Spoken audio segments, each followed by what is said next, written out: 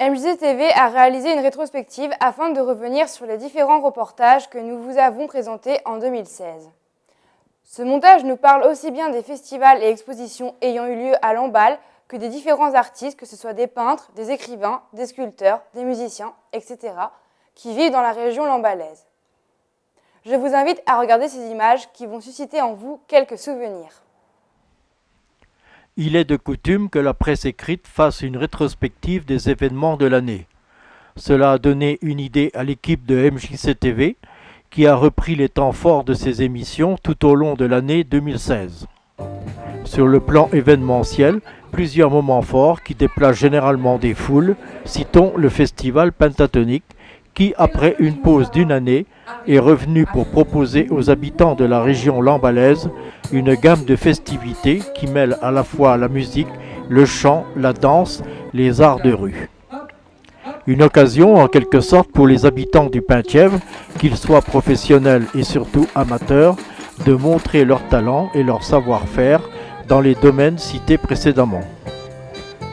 Que ce soit au Quai des Rêves le samedi ou lors du carnaval du dimanche, ces animations ont réuni un public nombreux et très enthousiaste. Pour l'ouverture du festival Passage, deuxième du nom, les organisateurs avaient voulu montrer que la jeunesse a sa place au cœur de la cité. Les jeunes ont été invités en mars à exprimer leur créativité et leur choix culturel en suivant un parcours matérialisé dans les rues de Lamballe. Autre festival avec le Salon du roman noir et du polar, qui avait lieu en novembre à Lamballe, comme chaque année depuis 20 ans déjà. Un anniversaire particulièrement réussi, puisque plus de 45 auteurs étaient invités à Noir-sur-la-Ville, festival organisé, rappelons-le, par l'association La Fureur du Noir. MJC-TV avait demandé aux auteurs ayant le plus fréquenté ce salon quelles étaient leurs impressions. Moi j'aime bien, dans les endroits où je suis bien, j'aime bien revenir. Alors je sais que je suis chiant parce que j'insiste, il faut aussi renouveler un petit peu les invités, mais j'arrive à taper l'incruste assez fortement et là à Lamballe, je suis le doyen toute catégorie. Comme chaque année, les écuries de Noël se sont installées au Haras en décembre. Ce marché de Noël atypique est le rendez-vous incontournable organisé dans les différentes écuries du Haras, qui étaient pour le coup illuminées et décorées à cette période. Chaque année, ce sont plus de 20 000 promeneurs aimant déambuler dans les boxes et les allées, où plus de 90 exposants étaient présents. Qu'est-ce quelle impression ça fait de retrouver les stands dans les box? Moi, je regarde les stands et puis après, je regarde la charpente, j'imagine. Il y a quelques box où il y a le nom des chevaux. On imagine toute une histoire derrière. Une nouvelle exposition de l'association Graal, groupement des artistes lambalais, a été proposée au public au mois d'avril à la salle des Augustins face à la mairie. Peinture, sculpture, illustration et diverses créations d'une douzaine d'artistes du Penthièvre ont pu être admirés tous les jours. C'est dans cette même salle que Dominique Bertin, un passionné de petits trains, a proposé l'été dernier une exposition ferroviaire qui a fait le bonheur des petits et des grands. Une maquette particulièrement imposante, l'ancienne gare de Saint-Brieuc, présentée par Jean-Luc Guézigou, faisait partie de cette remarquable exposition. Moi j'ai connu le petit train des Côtes du Nord. Avec mes parents, on le prenait régulièrement pour aller à Binic, Saint-Brieuc-Binic. Pas tous les dimanches, mais presque. Donc j'en ai des souvenirs forcément indélébiles. Et j'avais 5 ans quand il a disparu. Et donc j'ai toujours été passionné de chemin de fer. Mon père des cheminots. Toute cette année, MJC-TV a reçu des artistes tels que Brigitte Maignan, qui assure son art sur la terre, le métal et le plâtre, et partage son expérience en proposant tout au long de l'année des cours de sculpture destinés aux adultes, ainsi que des stages ponctuels à thème. Fille de Maurice Bernard, un peintre paysagiste figuratif bien connu, Maude Bernard a suivi la trace de son père, mais avec un style bien à elle. On peut voir ses œuvres dans sa galerie à Erquy, et elle sait aussi partager son savoir-faire en proposant des ateliers de peinture à Pommeray. Gilles Daillot de Noyal est peintre et portraitiste. Il avait accepté de venir sur notre plateau, de nous parler de son art et réaliser quelques portraits en direct pendant l'émission. Par quoi avez-vous commencé le dessin ou la peinture? Je me rappelle qu'à 13 ans, j'ai commencé par le dessin, j'ai commencé à croquer les cousins, les cousines, les frères, les sœurs. Je suis issu d'une famille de 7 enfants, donc il y avait matière à croquer. Pour que ces artistes puissent s'exprimer sur du papier, de la toile, avec de la terre, etc., il faut trouver la matière première et aussi les outils comme des pinceaux et des couteaux à peinture ou encore des fournitures comme de la peinture ou des crayons. C'est dans le magasin de Marie de Boult, elle-même artiste, que l'on trouve tout ce nécessaire. Patrice Benoît est écrivain et publie ses livres sous le pseudo de Patrick Bent. Des romans policiers où il met en scène la belle madame la commissaire Marie-Jean Bossange qui mène ses enquêtes au cœur de la Bretagne, Erquy, le Valandré, Fréhel, Dinard et même Lamballe.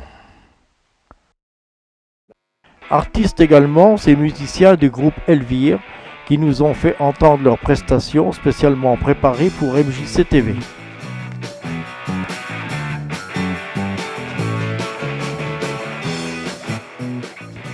Situé en plein centre-ville, le haras national de Lamballe participe à la renommée de la cité.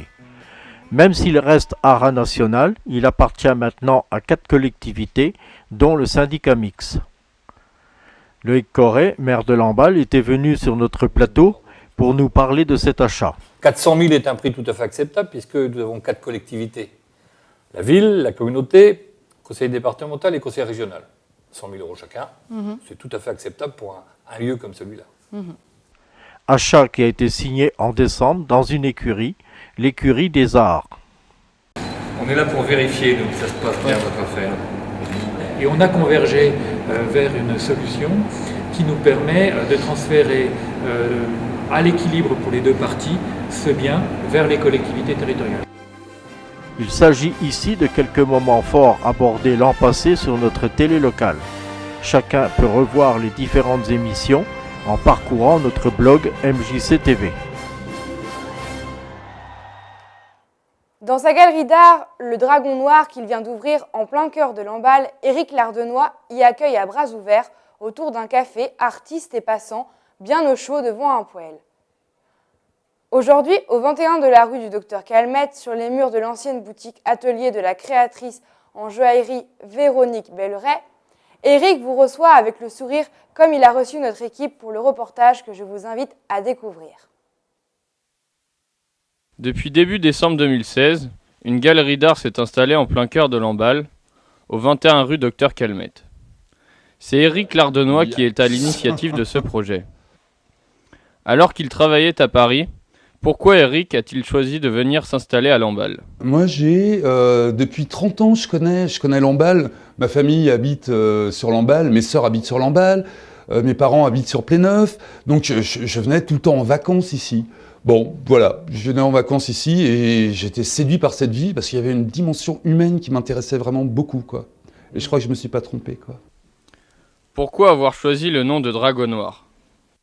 Justement parce que ça fait appel au patrimoine moyenâgeux de Lamballe. Ici, on a la maison du bourreau, mais tout le monde connaît qu'il n'y avait pas de bourreau. C'était monsieur et madame Bourreau qui habitaient cette ville, cette maison. Ici, c'est le Dragon Noir, parce qu'ici, c'était le dortoir du dragon. La légende dit que l'on a retrouvé dans les catacombes de la galerie le squelette du dragon, quoi. Et ici, il y avait vraiment, il y a quelques millions d'années, un dragon, quoi. J'associe pas dragon noir, c'est le dragon noir comme un dortoir, quoi. Comme ici, c'était la demeure des dragons, quoi, ici, quoi. Écoutons Éric nous présenter sa galerie. De toute façon, un lieu artistique, ça c'est incontournable. Un lieu accueillant, artistique, ça, de toute manière, ça y est, c'est mis en place. Maintenant, il va y avoir beaucoup de choses qui vont se passer, quoi. Ici, pour l'instant, je suis galeriste, c'est clair. Mais c'est pas quelque chose dont j'ai envie de faire ma vie, quoi. Je crois que l'art, d'une manière générale, c'est une histoire de cœur. Tous les artistes qui vont exposer aussi, et déjà ceux qui exposent là, et ceux qui vont exposer là, c'est des artistes de cœur. Tous les 2 mois, ici, il va y avoir vernissage. Des artistes vont tourner. les contes vont tourner, les projets de théâtre ou de poésie ou de musique.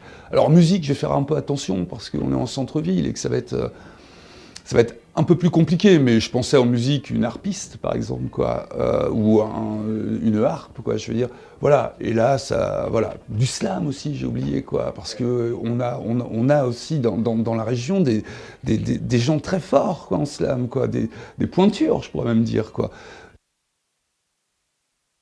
Aujourd'hui, au 21 de la rue Docteur Calmette, sur les murs de l'ancienne boutique atelier de la créatrice en joaillerie Véronique Belleret, on peut découvrir bon nombre de réalisations de peintres comme Loïc Tarin dit Doudou Didon,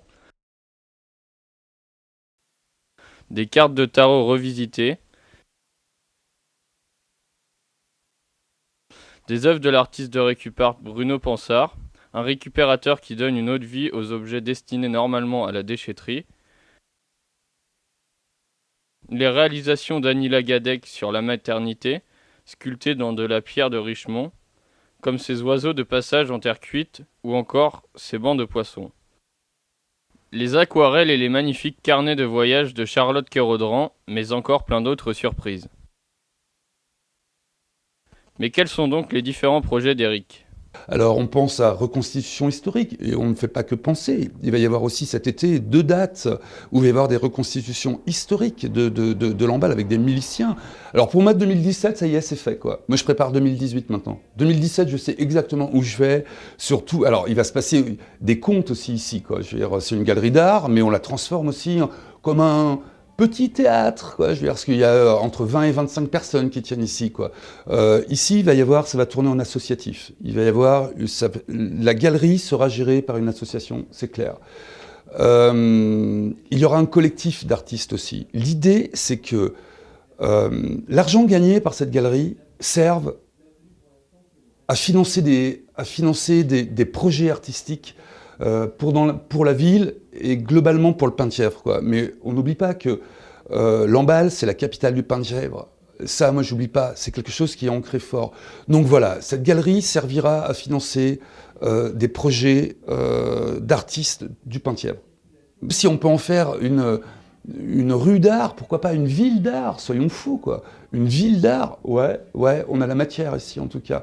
Et comme pour reprendre une formule du Télégramme, je crois que c'était le Télégramme, multicarte, une galerie multicarte, quoi. Et pas moi je serais jamais tout seul à faire ça, parce que tout seul, c'est pas possible, quoi. C'est pour ça que ça va tourner en associatif ici, pour avoir du monde, pour pouvoir mettre au point ces projets. Lamballe est une ville, je trouve, riche, quoi. Riche des gens. Alors je voudrais dire déjà là un grand merci aux Lamballais d'avoir été au rendez-vous. Un dernier message d'Éric. Je fais un appel, si quelqu'un a une super théière qui va sur un poêle en fonte, moi je vous propose, c'est vous me la prêtez, quoi. Je veux dire, vous me la donnez pas, vous me la prêtez et on l'utilisera bien, on en prendra soin ici, quoi. La Fédération départementale des maisons des jeunes et de la culture des Côtes-d'Armor et les 4 MJC du département s'associent autour d'une envie commune, celle de porter ensemble, une fois encore, les valeurs de tolérance, de liberté d'expression. Regroupant une trentaine de dessinateurs venus de tout l'Hexagone, les MJC souhaitent réaffirmer la nécessité de défendre la liberté d'expression au lendemain des assassinats de janvier 2015. Notre équipe s'est rendue sur place pour l'inauguration de cette expo. Regardez plutôt. 2 ans après les attentats contre Charlie Hebdo, une exposition à la MJC de Lamballe présente 80 dessins signés par une trentaine d'illustrateurs français. Cette exposition itinérante, intitulée « À Charlie », était inaugurée mardi dernier 24 janvier dans les locaux de la MJC en présence de Yann Le Sachet, dessinateur local bien connu. Donc voilà, ici vous avez donc une exposition, donc on m'a demandé de venir en parler. Alors moi je ne suis pas dessinateur politique ni dessinateur de presse proprement dit, j'en ai fait un petit peu, j'ai collaboré à Ouest France au niveau régional, il fut un temps. Eh ben, à vrai dire, je ne vois pas de frontière véritable entre un dessin plutôt fouillé, traditionnel, et un dessin d'humour. Pour moi, c'est du trait dans l'espace, c'est une forme graphique. Donc un dessin d'humour, pour moi, a autant de valeur qu'un dessin plus peaufiné. Pour moi, c'est un geste de la main qui transmet une forme et une émotion qui va aller derrière, forcément. Si la forme est bien interprétée, si la vie qui en émerge est bien mise en avant, normalement, ça doit susciter un intérêt. Voilà. Donc le dessin de presse ou la peinture proprement dit, finalement, je ne vois pas une grosse différence. Le type qui dessine dans Charlie Hebdo, finalement, c'est une interprétation de ce qu'il a dans sa tête. Et finalement, il n'y a pas de différence pour moi. Quel conseil donneriez-vous à un jeune qui voudrait faire du dessin de presse ? Déjà d'avoir de l'humour, je pense que c'est important. D'avoir du recul sur les choses, d'avoir un esprit peut-être assez objectif finalement, pour ne pas tomber dans une espèce d'entonnoir qui va finalement tourner autour des mêmes sujets, des mêmes thèmes, etc. C'est d'essayer de varier son potentiel de dessin, de façon à pouvoir tout d'un coup acquérir un dessin qui va correspondre vraiment à ce qu'il cherche à obtenir. Et donc je pense qu'il faut un bon apprentissage, et pas seulement quelque chose de personnel ou quelque chose qui pourrait être à la mode par exemple. Les meilleurs dessinateurs de presse ou autres, c'est souvent des gens qui innovent, qui sont vraiment des innovateurs, qui ne font pas ce que les autres font. Donc ça, c'est vraiment le conseil premier que je pourrais donner à un jeune, ne pas se laisser influencer par ce qui se passe, parce que ce qui se passe maintenant, ce sera le passé demain, donc il faut absolument innover. Cette exposition est le fruit d'un échange entre dessinateurs au lendemain des assassinats de janvier 2015. Elle témoigne de partager les réactions spontanées d'alors avec le public. C'est ce que les différents intervenants nous ont communiqué ce mardi soir de présentation. Cette expo, ça fait 2 ans, à peu près 2 ans, à peine 2 ans du moins qu'elle a été créée. Elle est finie de tourner là dans les 4 MJC des Côtes-d'Armor. C'est une opération de la Fédération départementale des MJC. On a souhaité s'emparer de ce projet-là collectivement. Cette exposition est donc le fruit d'un échange entre dessinateurs au lendemain des assassinats de janvier 2015. Elle témoigne de la volonté de partager leurs réactions spontanées d'alors avec le public. Cette exposition est donc le fruit d'un échange entre dessinateurs au lendemain des assassinats de janvier 2015. Elle témoigne de la volonté de partager leurs réactions spontanées d'alors avec le public. C'est vrai que c'était à l'initiative d'Alain Boutal, que je connais un petit peu, qui est un dessinateur de presse assez talentueux, qui dessine beaucoup de dessins politiques pour lui et qui le diffuse beaucoup sur Internet. Il se trouve qu'il a voulu réunir, pour rendre hommage à Charlie, quelques dessinateurs qu'il connaît, et puis il connaît du monde. Il a un beau carnet d'adresses, puisqu'Alain est à l'origine du festival BD de Saint-Malo, par exemple, donc c'est quand même quelqu'un qui connaît du monde.